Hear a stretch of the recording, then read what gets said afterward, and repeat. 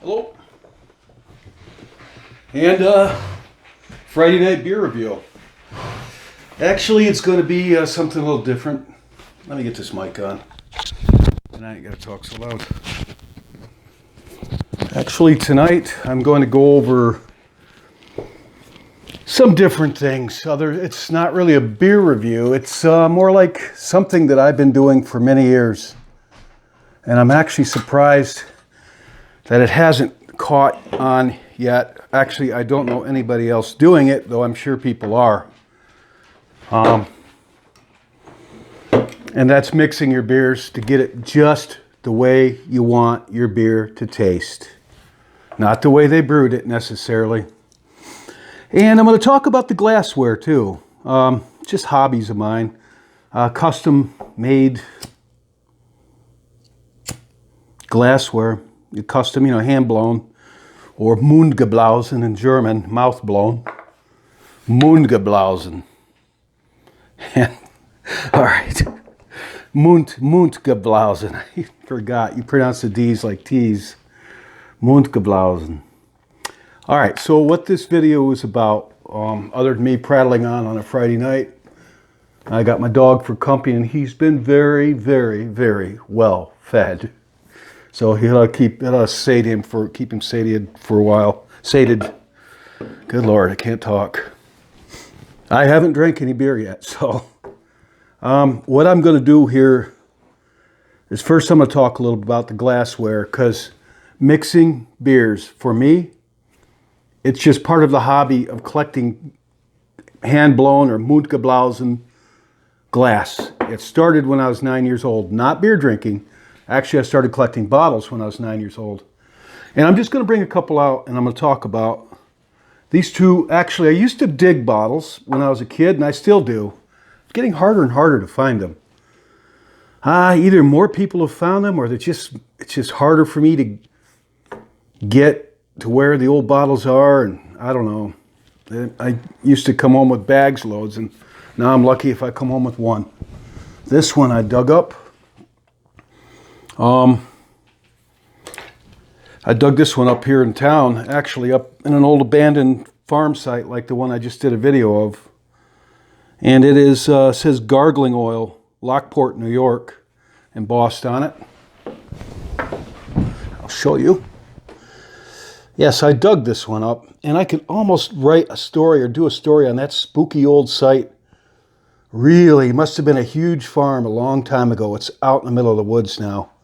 Got a giant stone well. Looks like something right out of movies, honestly. I actually started writing a screenplay.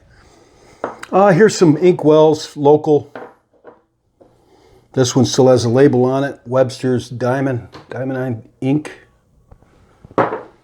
This one came out of an old house here. It's, I think it's about 1850 ceramic, as you can see.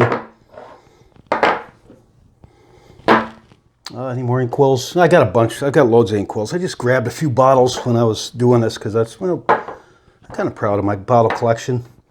This one I got in England, and it has a British crown stamp on. I think this is from around 1800, maybe even older. Yeah. You see the British crown. I think that's maybe saying it's taxed, probably a legal reason for it. These two came from England. They're beer bottles. Actually, I've got friends and in ways some family in Bristol, England, and they brought me over these one time. They knew I collected bottles. They brought me these. They're beer bottles. Imagine that. This thing weighs at least a pound. Imagine that, carrying a case of these babies home. 30 pack. Here's an interesting one, an old rum bottle. It says, I think it's a rum bottle. Yeah, it's a rum bottle. West Indies rum. Rum Negrita, or black rum. As most of you know, the N word, it's Latin for black. This came from a shop in London. It's from about 1840, and this came with it. Actually, same place. They came out of London. They're from about 1830, 1840. And it says Ashley syrup of squills. I'm not sure. I looked that up. Some kind of tonic. Probably kill you. And this one says drawn castor oil from Thomas Roper in London. Tells the shop address. And last but not least, these are poison bottles. And I painted the white on here, but that's embossed. And these two are poison bottles. They came from around here. You know, just different sizes. You can see it's ribbed and it's green. Both of these. And there's a reason for that. If you think back when these bottles aren't as old as these other ones. But they're probably from around 1880s. And you think about it, right? You get up in the middle of the night.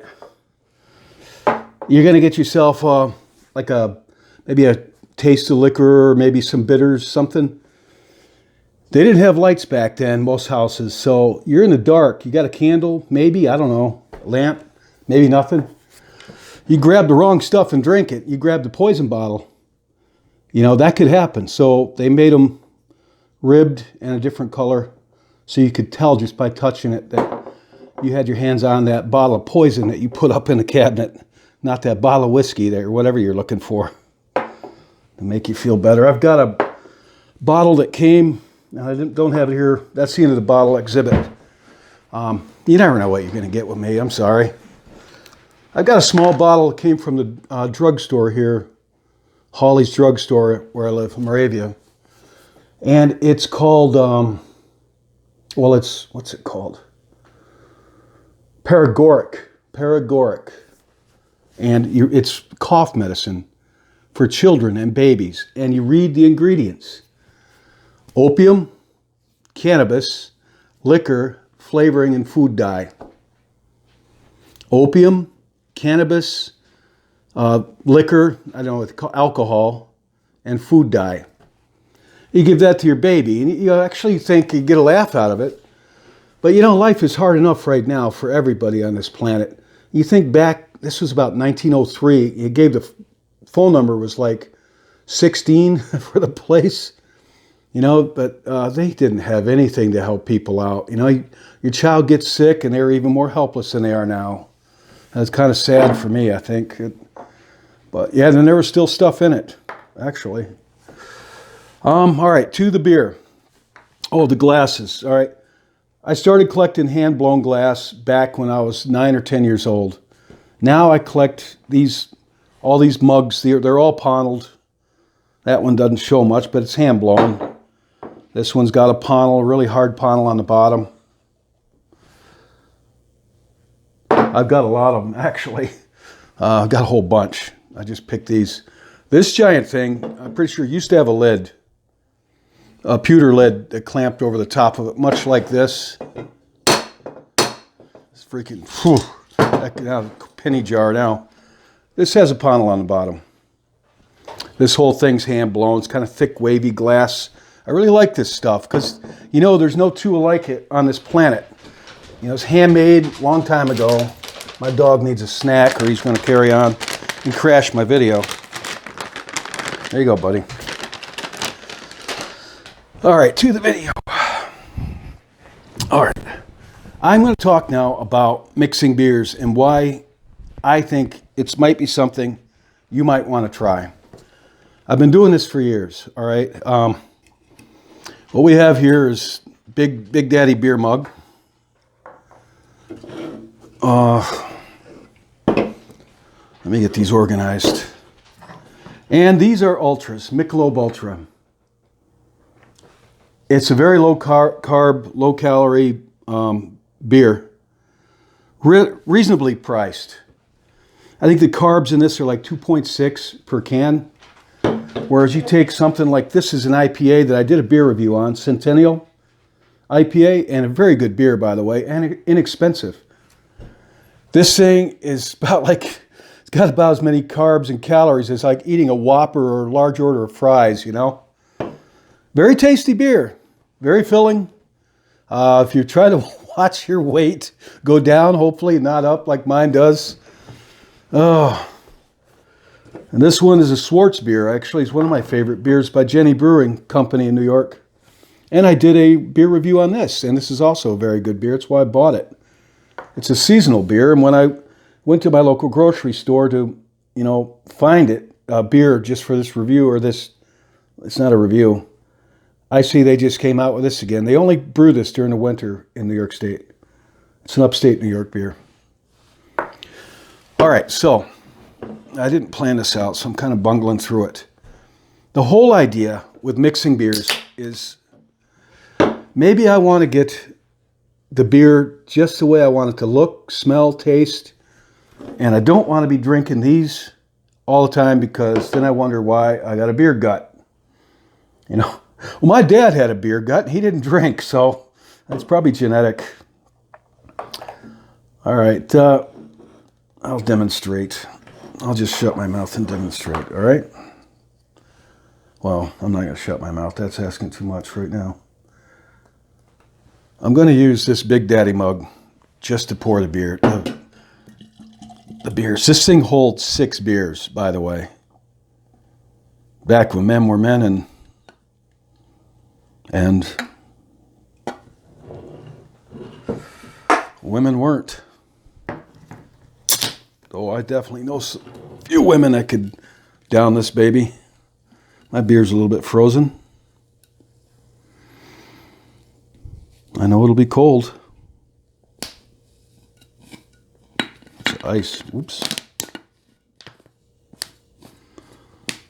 Come on, baby. The idea with this is, well, I'll show you. This is a good beer. Mick Ultra and the light beers are pretty good. Some of them aren't really suitable for doing this. Well, now I got a leak. Hold on, folks. Be right with you. No, buddy, you're not getting a snack right now. I'm going to get another beer. That's the way it goes, pal. That's just the way it goes, buddy.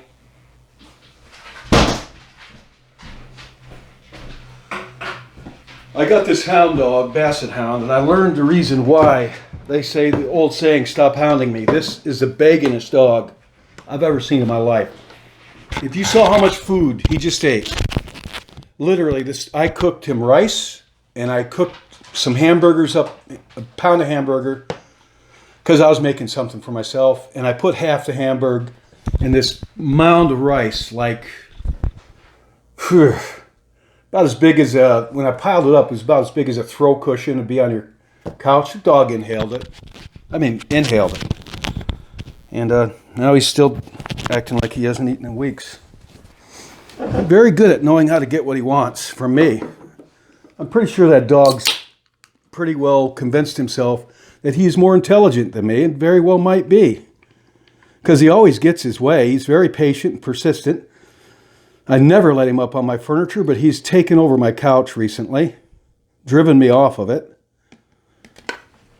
And he will get the snack, and he knows it.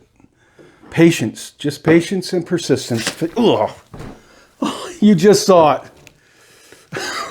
I'm going to go with this. All right, hold on. Oh, I got puppy, get me a rag. Lord. I'll be right back. Puppy, go in there and sing for him.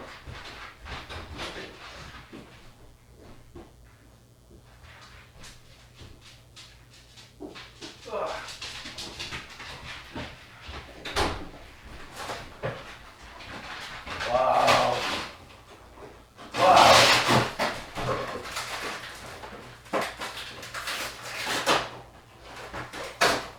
That's a take.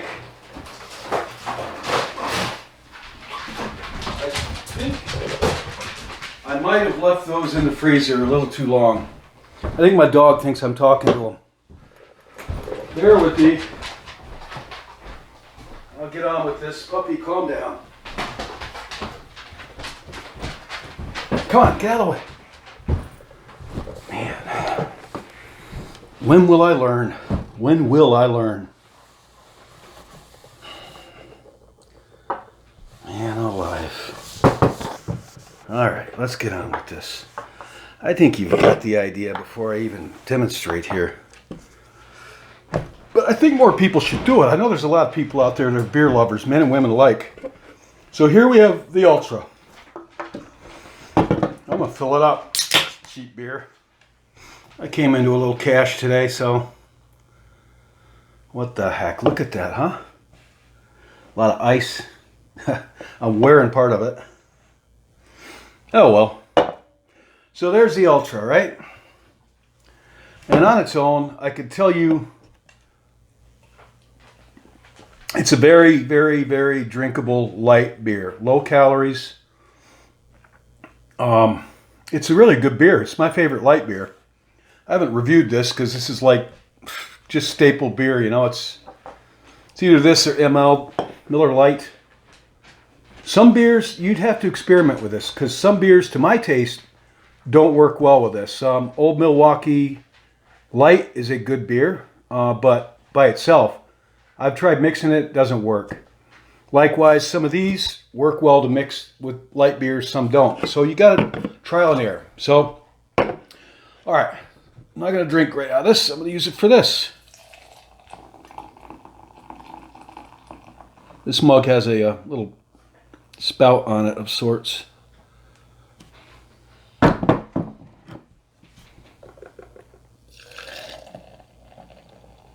That's a big mug in its own right. So,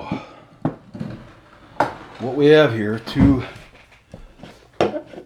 mugs with Ultra in it. Now, I'm going to take this Genesee Schwartz Beer, which Schwartz is black, means black beer. It's a black lager, and it's a very good beer if you can find it. Really cheap. Like $8 or $9 for a 12-pack where I'm at. So I poured a little bit in there. And obviously you can see the color's obviously going to change. So if I really just want to, if I'm looking to get the color where I want it, pour a little more. Really, I've only put about that much of this beer in there at this point. And you can see right now I got a bit of a red beer. Right? So now I've got something that looks a little more interesting than this, don't I? So it's kind of part of the visual appeal. For me it is. That's why I collect these mugs. I just bought one tonight. And it's awesome. Hand blown. And it looks like a giant pumpkin. And really wavy, globby, bubbly looking glass. Prerequisites for a good beer mug for me. Before I, plunk down some money for it. It's got to be clear glass because, as you can tell, I like to look at my beer. It's got to be hand blown or mundgeblasen, and that means you'll know hand blown glass. It's got a panel on the bottom. Sometimes they don't.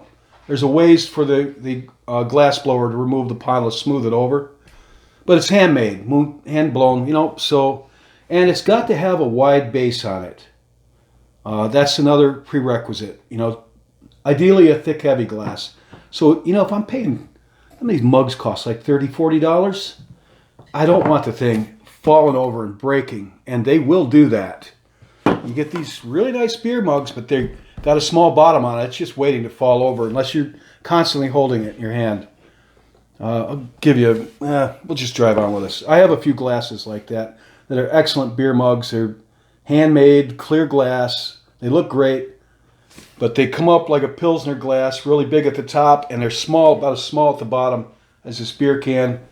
And that thing isn't going to last long. Honestly, it's going to fall over at some point. So a wide base, so it's less apt to fall over. Clear glass and handmade, and just something I say, I love that mug. So I poured some of the Schwartz beer into that. And you can see, obviously, it altered the color. I got beer in my nose. I'm doing really good at this. Yeah, it still smells the same, obviously. There's not much hops in this beer. That's why I'm doing this with a black beer and an IPA. Just to show you the difference. Oh yeah, you could really, if you like the color of a beer, you can get it just the way you like it. And this definitely makes this a much better tasting beer than it is by itself. And this is a high calorie, high carb beer. Got a lot of flavor in it. It's a malty beer. And this way, you know, I can drink this beer without drinking all the carbs and the calories. If I'm going to sit and drink them, and I can get it looking just the way I like it in a beautiful mug. And they're both cheap beers, you know. And you could play around with this. You get yourself, I call it funnel beer, right? Like suitable for college students' funneling activities. So just some light beer, swill. Honestly, you could go, I thought about this tonight, and I haven't tried this, but you could go a step further. You could get like a really almost no alcohol beer, or a very low, like Miller 64, where I'm at. The alcohol in it's like 3.2, and it's pretty hard to get buzzed off that beer. And it's very light. It's almost no carbs or calories. It's like almost like a glass of water that looks vaguely like beer. You could get that, and you could spruce it up with your favorite stout or dark beer or IPA, and you could have something that might be easy on your wallet and your waistline, and looks good and tastes good. And I don't know why more people aren't doing this, honestly. It's part of the reason I'm making this video. I don't know why I brought my cork bottles in, I just felt like it. All right, so that's that one. Dump the rest in here. This is our control group, you know. Yes, I have a minor in biology. So I know this is not an experiment. All right, so, oh God, I forgot to clip this on. All right, now this is the IPA. I did a review on Centennial IPA. It was a favorable review. Now I'm going to try this with the same beer with the IPA. Not as drastic effect on the color. Some. Again, we'll put these side by side.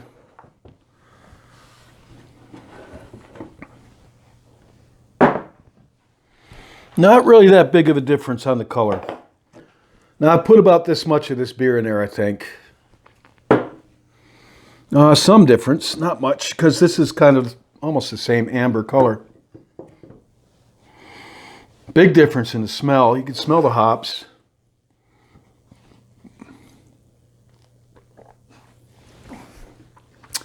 And a huge difference in the flavor of this. It almost, you know, here's the thing. I can taste the hops. They come off really nice. But this beer here, this is a good beer, an IPA, India Pale Ale. I mean, I really couldn't drink much of this. These IPAs, most of them, they'll fill you up real fast, and some of them are just so bitter they'll make you cringe a bit.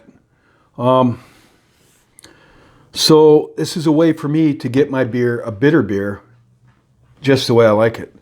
And that reminds me of my favorite all-time beer was Ballantine's XXX Ale. And it was a long time ago. They don't make it anymore. And if they do, they don't make it around here, and it changed because the brewery closed down and they discontinued it, and somebody bought it up recently. I think Falstaff might have bought it up. I'm not sure who. But they did something with the recipe. My first beer was Ballantine's XXX. Well, that's not true. It was Genesee Cream Ale and Genesee Beer. Ballantine's XXX was my first favorite beer. Yeah, we had when I was like about 19, a beer truck tipped over on the highway. Nobody was injured or killed, but they had a lot of cans of beer, and they had to do something with them. So at my local grocery store, they had a giant bin full of nothing but these green cans of Ballantine's XXX Ale. And so I went in there on a payday and just bought a bunch. It was 10 cents a can. So, you know, I plunked down about $20. So I was drinking that beer for about a year and really loved it. And everybody I gave that beer to loved it as well. And wouldn't you know, they got rid of it. Why? I don't know. So this is, you know, actually, this started out as a way for me to try to recreate Ballantine's Triple X that I remember. And it's pretty darn close right now. It tastes like the the Mick Ultra, but it's got a little more hops. It's got a little more flavor. It's to me, it's balanced just the way I want it. And when I mix a stout or a dark beer with it, it's generally to give this beer a little more body and some interesting color, you know? That's just a little more interesting to look at as well, for me.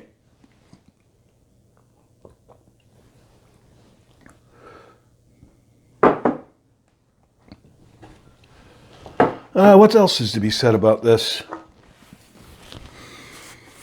I think you get the idea of it. But part of it is, for me, collecting the glassware. Just to find that beer mug that's unique, different, and just sit there and, I don't know. I've been drinking my beer out of a glass as long as I can remember.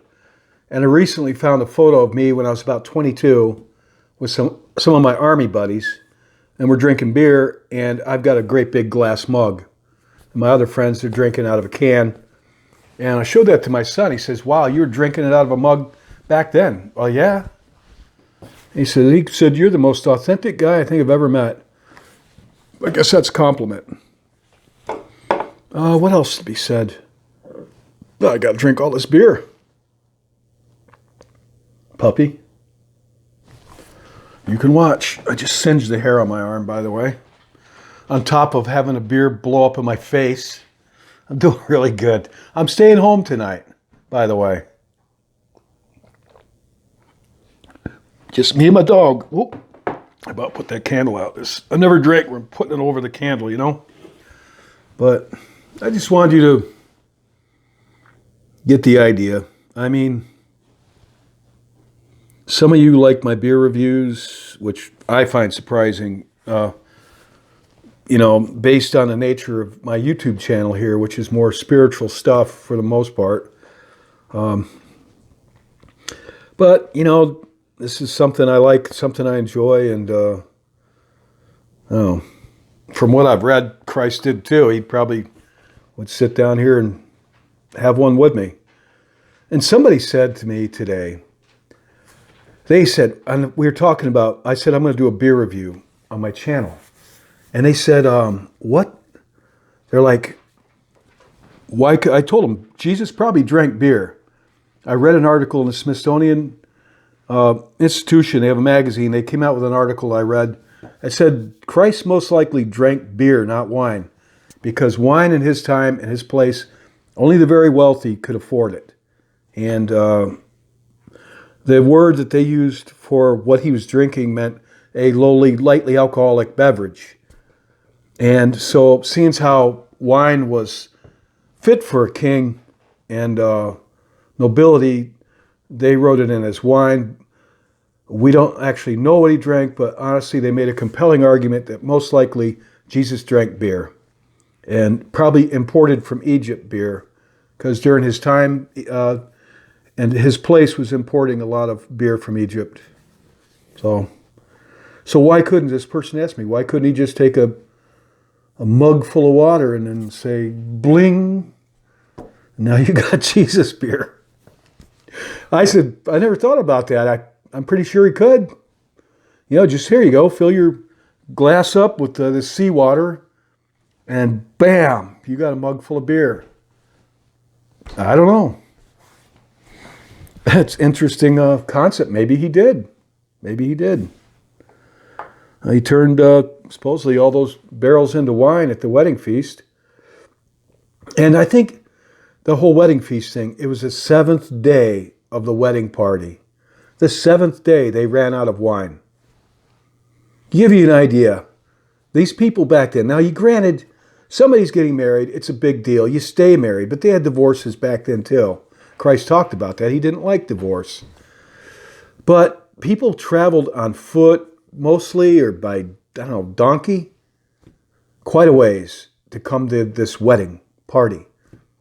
I mean, they just didn't drive up, make the party, and drive off.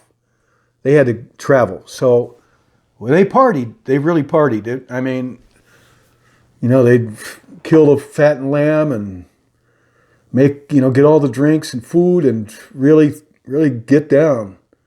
But they ran out of wine, and Jesus turned it into, told the servants to fill the barrels up with water, and he turned it into wine. So, but, I don't know, maybe it was beer, maybe it was wine, I don't know. That was just a discussion I had with somebody today. So, I think you get the gist of this.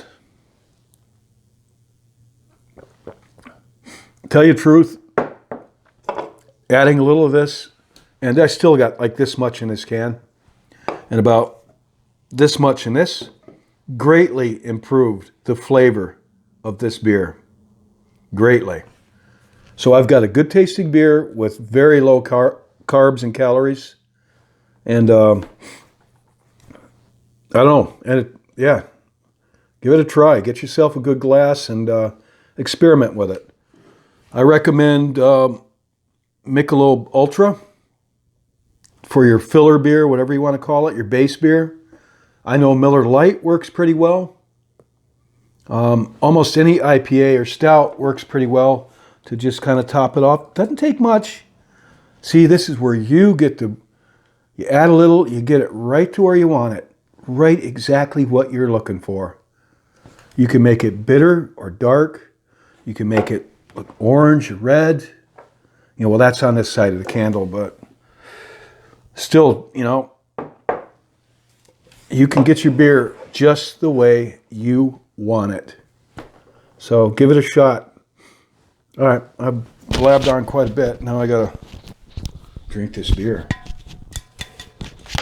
I go on and on, but that's enough. I'm kind of long-winded on these. Thank you, and good day.